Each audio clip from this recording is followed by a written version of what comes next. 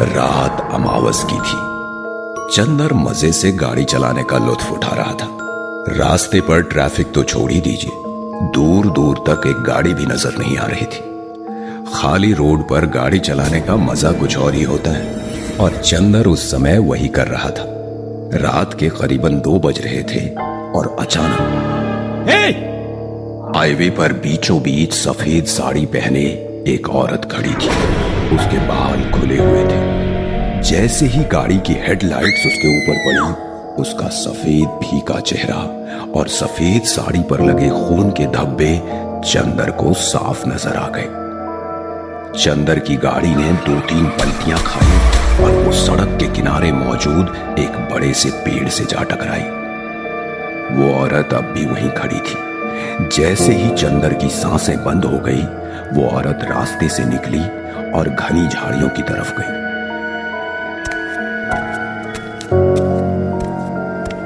आज बड़ा शिकार मिला। ये अमावस की रात हमेशा कुछ न कुछ अच्छा दिलाती ही है। चल, बड़ा हाथ मारा है आज हमने। तुम्हें डर नहीं लगता किसी दिन कोई गाड़ी आकर मुझे ठोकर देगी? पागल मत बन, आज तक कभी हुआ ऐसा?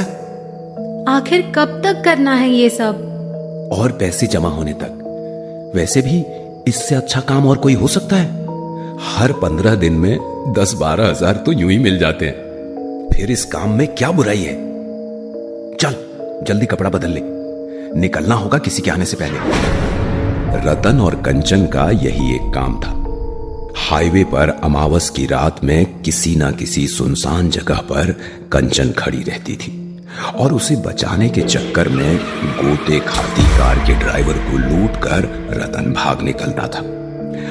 अगली अमावस तक माहौल ठीक ठाक रहा तो दोनों वापस यही हरकत करते थे। रतन, तुमने उस कार वाले को चाकू मारा? तो क्या करता, साला मरा ही नहीं था, जख्मी छोड़ देता उसे। कल अगर पुलिस से सब कह देता तो हमारी दुकान बंद हो जाती। देखो, थोड़ा बहुत पैसा तो हमने बचाया है, चलो ना कहीं दूर चलते हैं। मेहनत की कमाएंगे, कम पैसे मिलेंगे, पर ये डर तो नहीं रहेगा। बेवकूफ है क्या? कैसा डर? देख कंचन, काम काम है, ये सही है या कोई और सही, और जोखिम किस काम में नहीं होता। कल अगर किसी इमारत पर मजदूरी करूंगा तो ऊपर से गिरने का खतरा तो होगा ही, तो इसमें क्या बुराई है? फिर भी ये लोगों को मारना, लूटमार चलो ठीक है, पर आजकल तुम लोगों का खून करने लगे हो और जरा भी नहीं कतराते। मुझे तो तुमसे ही डर लगने लगा है। नहीं मारूंगा तो कल पुलिस मुझे मारेगी। अब चुप कर और रोटी परोस। पिछले 3 महीनों में तुमने 5 खून किए हैं, कभी सोचा है? देख कंचन, और कुछ महीने फिर हम यहां से दूर चले जाएंगे, ठीक है? अब चुप रह और खाना खा। फिर एक बार अमावस की रात आ गई। कंचन और रतन तैयार थे। इस बार हल्की सी बारिश हो रही थी। रतन ने सोचा ये बात अच्छी है, क्योंकि शायद गाड़ी ज्यादा पलटियां खाए तो ड्राइवर के बचने की उम्मीद कम हो जाएगी। कंचन रास्ते के बीचों बीच बाल खुले रखकर खड़ी थी। पता नहीं, पर कंचन आज ज्यादा मायूस लग रही थी रतन को। दूर से एक गाड़ी आ रही थी। सब कुछ हमेशा की तरह हुआ।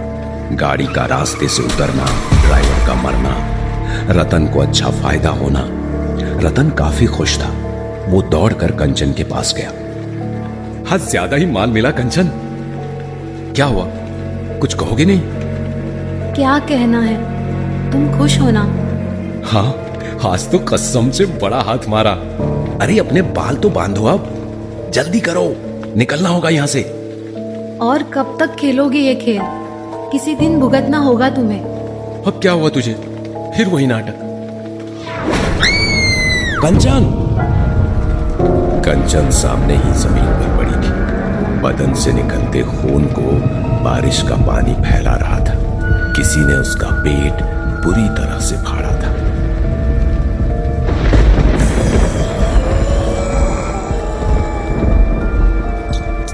तुम कौन हो? पहचाना नहीं?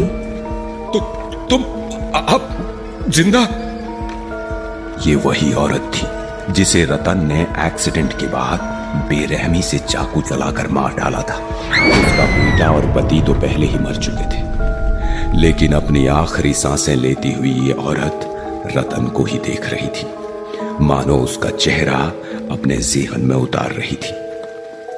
रतन ने बस एक मंगल सूत्र के लिए उसका गला चीरकर उसे मौत के घाट उतारा था। बचाओ! बचाओ!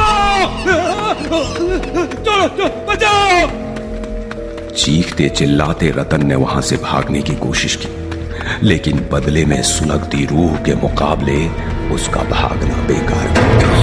उस भयानक औरत ने उसे अपने लंबे हाथों से जकड़ लिया और बड़े आराम से उसका गला से चीरती रही जब तक उसकी जान नहीं निकल गई।